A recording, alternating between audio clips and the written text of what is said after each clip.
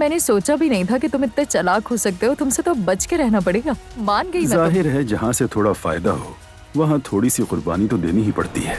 शादी तो खूबसूरत थी, हमारी बेटी बहुत ज़हीन निकली। क्या तुम्हें मालूम था वो लोग ट्रिलियनियर्स में हैं? तुम्हें उन लोगों को बिल्कुल नजरअंदाज नहीं करना चाहिए, अपनी अक्ल को इस्तेमाल करो।